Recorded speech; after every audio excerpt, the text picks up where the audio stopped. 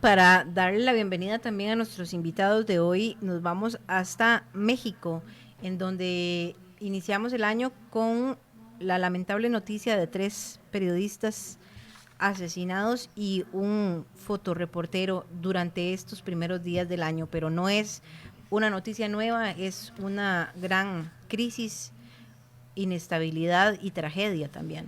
Lo que ocurre en México con los periodistas que, como decía, están haciendo periodismo responsable. Hay cifras que hablan de 141 comunicadores fallecidos, asesinados en 30 años. Hay otras que dicen que son 148 desde el año 2000. Lo cierto es que son cifras impresionantes y muy lamentables. Hoy tenemos de invitados a 2 periodistas mexicanos, Ernesto Eslava de Tijuana y Ana María Islas de México, y les queremos dar la bienvenida. Muy buenas tardes, colegas. ¿Qué tal? Buena tarde a todos. Muchas gracias por acompañarnos, por permitirnos acercarnos a este tan importante tema. México, según hemos estado repasando los últimos días, es el país más peligroso para ejercer el periodismo, y no solo bien las amenazas. Lo que típicamente podríamos creer es que las amenazas o los problemas vienen directamente del narcotráfico, pero lo cierto es que no es así. Las amenazas son de diversos flancos. Es así como podríamos entenderlo. No es solo el narcotráfico el problema. Hola, yo quisiera que, bueno, antes saludarlos y agradecerles el espacio, también la invitación y la apertura, porque considero que en estos momentos es cuando los colegas periodistas tenemos que respaldarnos unos a los otros, y así como en su momento podemos llevar causas que hablen sobre afectaciones a otros ámbitos de la vida social, creo que en el periodismo es un tema que involucra a todos, y bueno, agradecerles por ese espacio. Y también quisiera darle pie a que Ernesto Lava, mi colega en Tijuana, hablara sobre ello, porque si me permiten comentarlo, él estando en Tijuana, en la frontera de nuestro país, me parece que de alguna forma ha estado más cercano a este tipo de riesgo que se vive día a día, y bueno, es lo que quería comentarles de inicio. Gracias, Ana María. Pues fíjate que sí fue muy fuerte saber que la semana pasada falleció uno de mis compañeros del Semanario Z. Yo trabajo en el Semanario Z desde hace un par de años y bueno, tradicionalmente este semanario, este medio de comunicación en la frontera, tiene pues la carga de haber descubierto y de alguna forma poner foco en el tema del narcotráfico y los vínculos que hay entre las agrupaciones criminales y el gobierno. Hace pues prácticamente una semana fallece uno de mis compañeros fotoperiodistas, Margarito Martínez Esquivel. Él pues propiamente sí, su crimen, de acuerdo a las líneas incluso de investigación de la misma fiscalía, está vinculado con el tema de narcotráfico, porque pues él se dedicaba a prácticamente conocer la ciudad de noche. Creo que él conocía la ciudad de Tijuana como nadie en la localidad o en la región. Me atrevo a decir que desde hace ya casi 20 años él estaba como fotoperiodista en la noche. Él trabajaba realmente para todos los medios de ahí en la región, porque muy pocas personas pueden hacer y se entregan tanto a esta área de oportunidad que es cubrir la noche, y pues evidentemente con los riesgos que esto conlleva. Para poner como en cifras o en números, pues Tijuana desde hace ya prácticamente 5 o 6 años oscila con la estadística nada grata de tener más de 1,500 homicidios al año, y por años incluso se llega a superar los 2,000. Esto para nada nos agrada, pero bueno, pues Margarito conocía mucho este tema.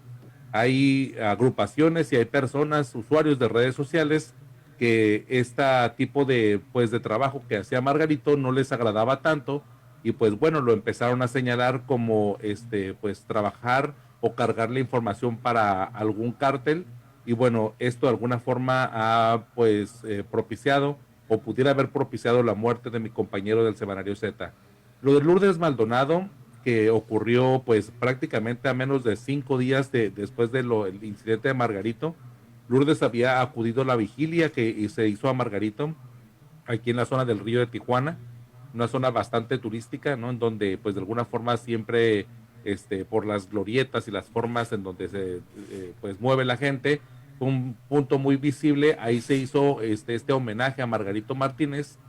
Todos los compañeros acudimos, fuimos a prender veladoras y de alguna forma hacer esta protesta exigiendo justicia y que se esclarezca el caso. Lourdes Maldonado fue ahí, pidió que se organizara, ¿no? Por parte de los reporteros, de los compañeros, algún premio, ¿no? Estatal o un premio a la fotografía, precisamente para poder mantener el legado de Margarito. Y días después es asesinada llegando a su casa. Ella tenía un conflicto legal después de 9 años, un pleito laboral con el exgobernador Jaime Bonilla, porque el exgobernador es dueño de algunos medios de comunicación aquí en Tijuana. Y pues bien, amanece, llega a su casa y un par de personas la estaban esperando, le dan solamente un balazo en la cabeza, recogen el casquillo y huyen.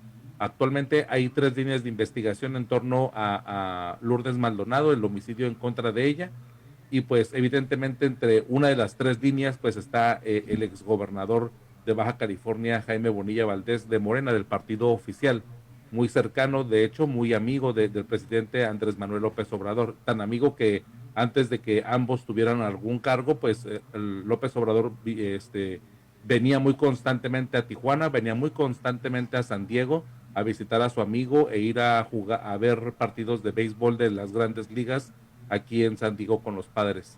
Entonces, pues bien, de alguna forma esto retrata 2 casos, pero los expedientes se pueden ir más para atrás. De hecho, en el tema del semanario Z, hace 16 años fue asesinado, pues igual también a balazos, incluso con su hijo y su hermana, que venían, ellos no fueron asesinados, el hijo y la hermana, pero un compañero del semanario Z, Francisco Ortiz Franco, él había revelado que la Fiscalía de la del Estado había otorgado credenciales apócrifas a algunos delincuentes. Y bueno, pues esto de alguna forma los exhibía como parte de él, de la relación con el crimen organizado, y además los tenía identificados porque les puso identificaciones para que ellos pudieran cometer pues algún tipo de movilizaciones un poco camuflajeadas como si fueran oficiales.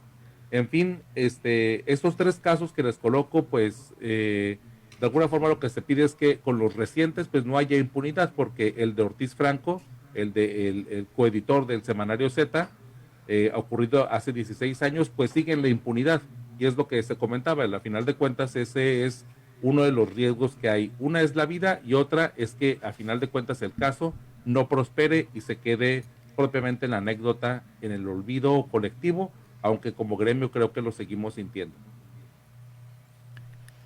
Ernesto, Ana, muchísimas gracias por estar aquí. La verdad, un placer poder tenerlos aquí acompañándonos.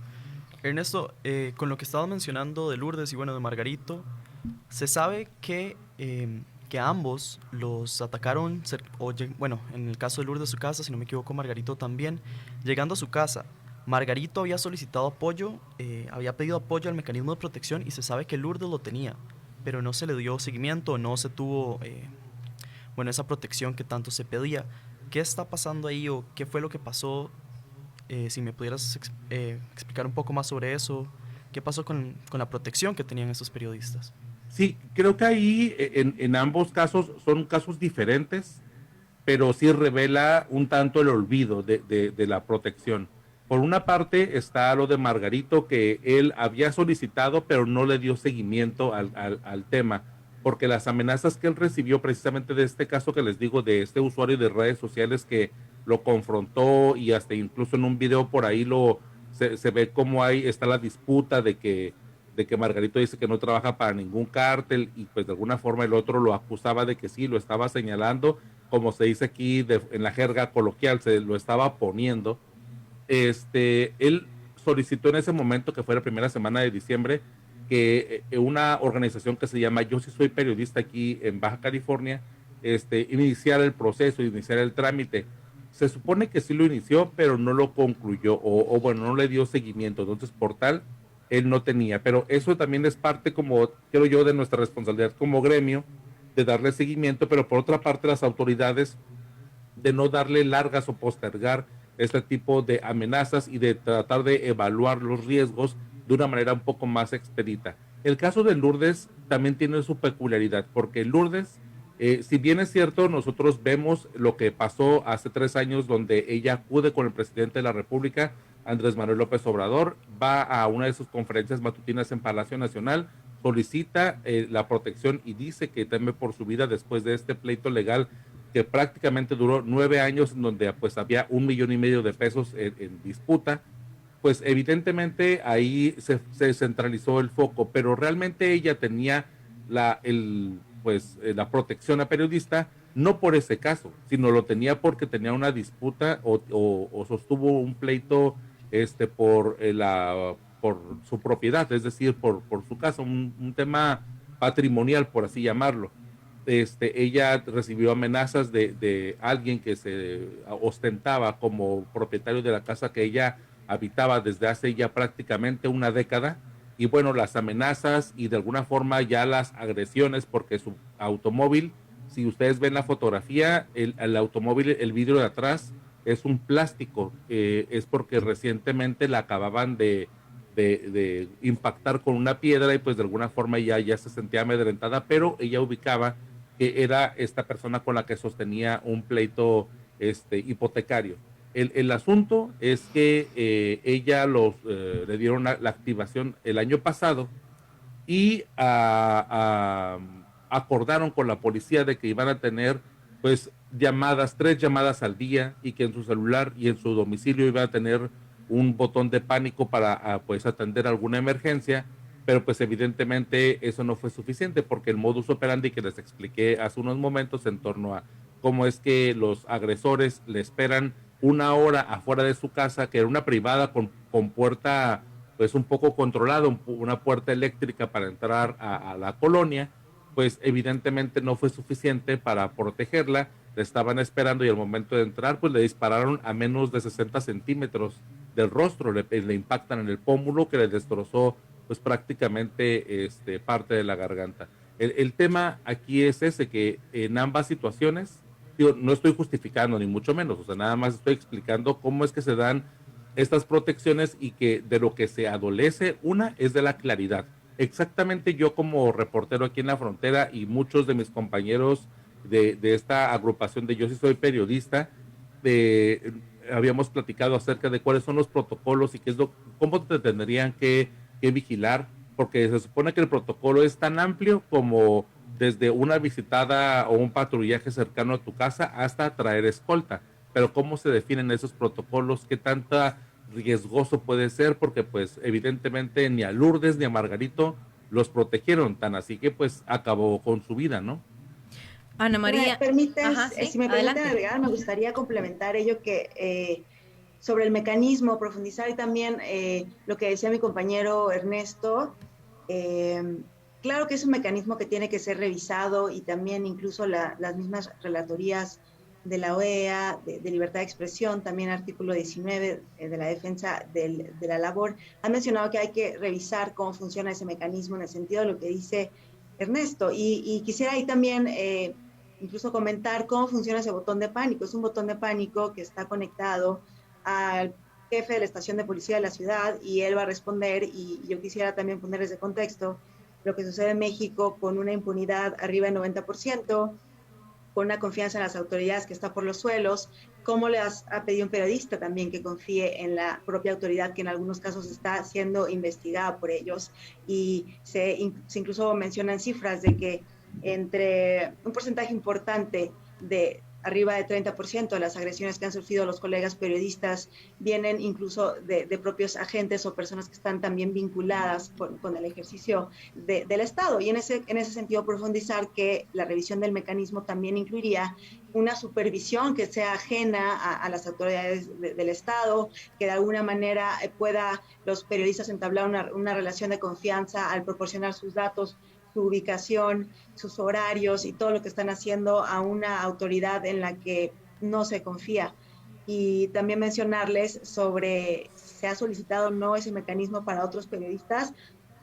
bueno, incluso después de la gran movilización que tuvimos esta semana, un día después, un periodista en Oaxaca, indígena zapoteco, José Ignacio Santiago, que había denunciado hace unos años la burocracia que existía para presentar solicitudes para inscribirse al mecanismo, pues es agredido, ¿saben? Entonces, me parece que en ese sentido hay una sensación de impunidad, de impotencia, de mucha molestia en el gremio y estamos en un momento de inflexión para la prensa nacional. Agradecemos el interés de la prensa internacional, porque sin duda no estamos nada más recibiendo ataques de un flanco, digamos, en el sentido del gobierno, puede ser, de los políticos afines, sino también se ha hecho una campaña de desprestigio en redes sociales, atizada desde Palacio Nacional todas las mañanas, calificando a la prensa de acuerdo a cómo publican, en favor o no de las políticas del gobierno, y considero que eso es muy peligroso para el ejercicio de la democracia en cualquier país.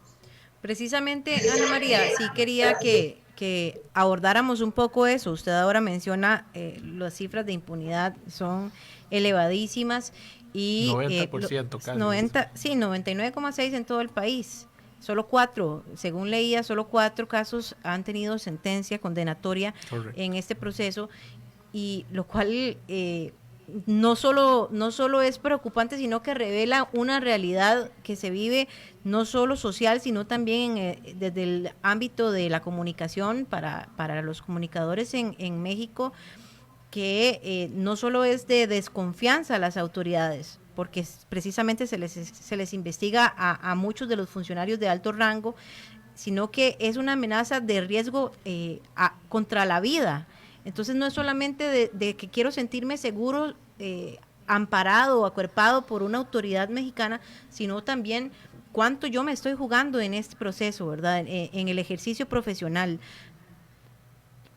¿Por qué debe pasar el proceso legal, la justicia mexicana, para que pueda recuperarse esa seguridad, no solamente en el resguardo de la vida de los comunicadores, sino también para que los procesos que están abiertos judicialmente tengan curso y avancen y empiecen también a ser un medio de intimidar a aquellas personas que están aplicando la corrupción, el narcotráfico, el crimen, y que están siendo investigados no simplemente porque quiero hacer una investigación, sino porque también se quieren poner en la palestra, se quieren dar a conocer y que pueda mitigar también este tipo de acciones ilegales?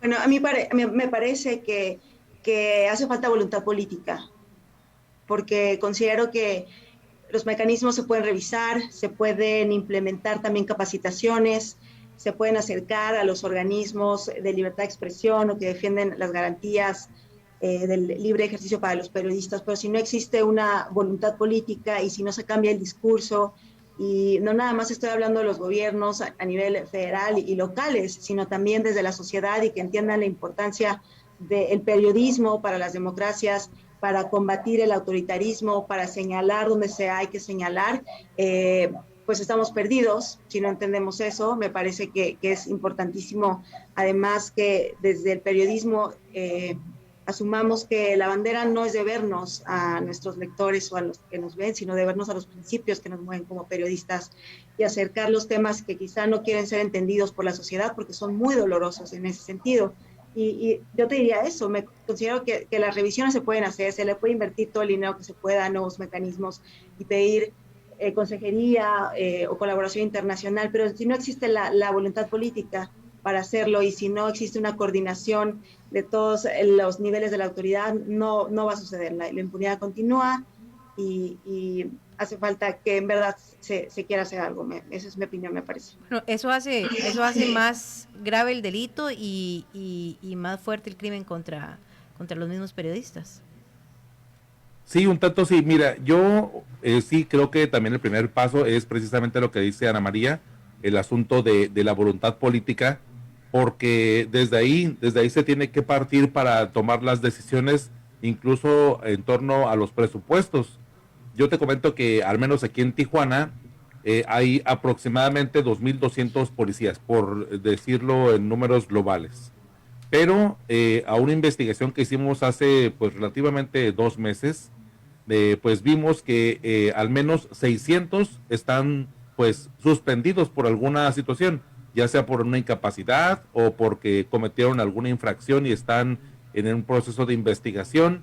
Y es decir que estamos hablando de que más o menos tenemos en Tijuana 1,500, 1,600 policías patrullando la ciudad, de una ciudad creciente, una ciudad migrante, una ciudad que pues supera los 2,5 millones de habitantes por mucho. Creo yo que podríamos estar superando los 3 millones de habitantes, porque la migración tanto de los deportados como la migración que llega del interior de la República Mexicana hace que tenga pues crecimiento de la ciudad muy exponencial, tanto hacia arriba con un nivel económico fuerte, porque también se agrava por el asunto de que en San Diego, en California, no hay ya casas habitación y lo que están haciendo es una campaña de Move to Tijuana, en donde pues la falta de vivienda en San Diego hace que mejor se vengan a vivir acá y crucen a los Estados Unidos a trabajar y hacer su vida pues económica y activa en los Estados Unidos, y no solamente pernocten aquí en la ciudad, y eso pues agrava muchas situaciones. El tema es de que no puede ser posible que haya tan pocos policías para una ciudad tan demandante y que sabemos que tiene que ir creciendo. El presupuesto no es suficiente. Y yo sé que si nos clavamos o si nos enfocamos en el asunto del económico, del dinero, no hay dinero que alcance. Pero también, pues siendo muy cuantitativamente específicos, 1,500 contra más de 2,5 millones de habitantes, en verdad que sí es muy poco. Y además, bueno, pues enfocar a periodistas o enfocar al sector que sea, sé que pues sí es necesario, pero a final de cuentas toda la ciudadanía estaría esperando que haya una estrategia un poco más amplia para destinar no solamente dinero por dinero, sino dinero con una estrategia que pueda abarcar a todos los ciudadanos. A mí en lo personal me llamó mucho la atención y agradezco mucho que tanto ustedes nos llamen para poder plantear escenarios y discutir y platicar acerca de estos temas, pero también durante las manifestaciones, en el caso de la marcha que se hizo después del homicidio en contra de Lourdes Maldonado, una de las pioneras de la televisión, del periodismo televisivo en Baja California, de la escuela de Jacobo Zabludovsky, ella se acercaron muchas personas a sumarse a la marcha, y eso se me hizo muy interesante porque eran personas que tenían que ver con la comunicación, pero también ciudadanos que estaban hartos de algo. Entonces creo que el sentimiento es muy noble, que sí se puede de alguna forma converger en algo, pero el primer paso sí coincide con Ana María, que es la voluntad política y ver que hay que tener metas claras y estrategias muy, muy específicas, ya sea con colaboraciones internacionales o con colaboración pues nacional o con lo que se pueda, pero de alguna forma sé que también la ciudad es compleja, pero eso no es suficiente como pretexto para no hacer nada. Para hacer un poco de eco en esta voluntad política, bueno, nada más retomar las palabras de Andrés Manuel López Obrador hoy en la mañanera, que son muy pocos los periodistas que están cumpliendo con el noble oficio de informar. Y bueno, eso también dice la voluntad política que hay desde Palacio Presidencial.